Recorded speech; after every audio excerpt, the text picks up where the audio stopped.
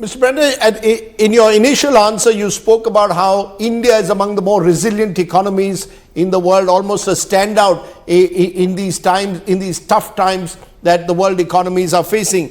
How do you assess India's evolving role in global supply chains, its growing strategic influence in shaping multilateral agendas?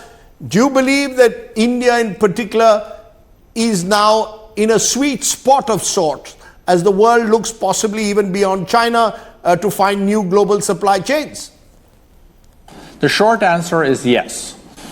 India's influence is going to grow for every decade in this century.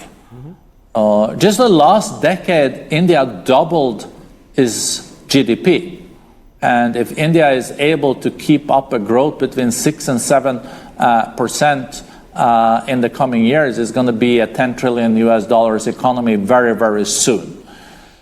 Then India has also, at least so far, benefited from this friendshoring. You've seen that manufacturing has been diversifying. Like a few years ago, there were no iPhones produced in India. No, 25% of the production comes from India. But there we're also seeing the first questions now. I think that the US administration has said, yeah, but these iPhones should be produced in the US. But as I said, India also has a huge opportunity because of its demographic dividend.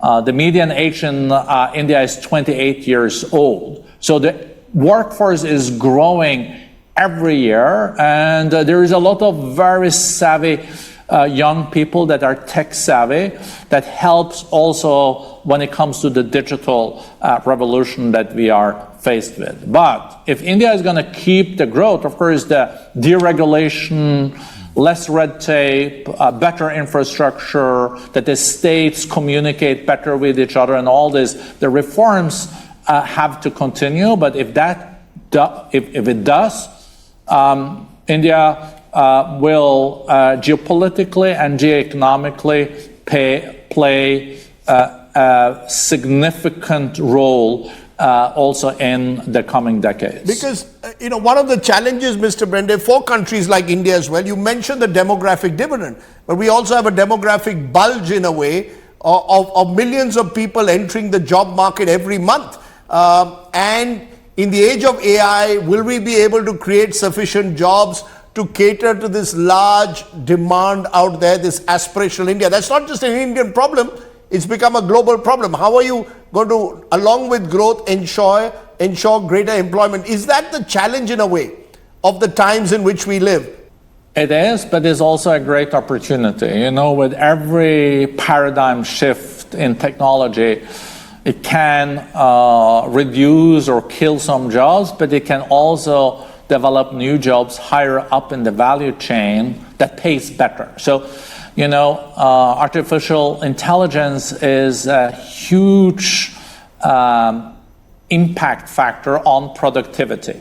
So our economists are saying that if you implement AI in a very proactive way, it can increase your productivity with 10%. And that's productivity gains we haven't seen for decades. And productivity, what is that? That is prosperity. It's like producing more for less. And then that gain can be reinvested. So, of course, there are jobs that are not going to exist in the future. In a way, I think India is better positioned because you do have a young population that is tech savvy. Yep. You're strong on services. You're also strong on the digital trade with this also digital IDs that you have. It is a comparative advantage, but of course it's very hard to then know what is happening in the future. But I think all changes can also be a good thing. It's hard to predict where the jobs are coming from. Look in Switzerland. I'm in Geneva now. 100 years ago, 95% of the Swiss population worked in the agriculture sector.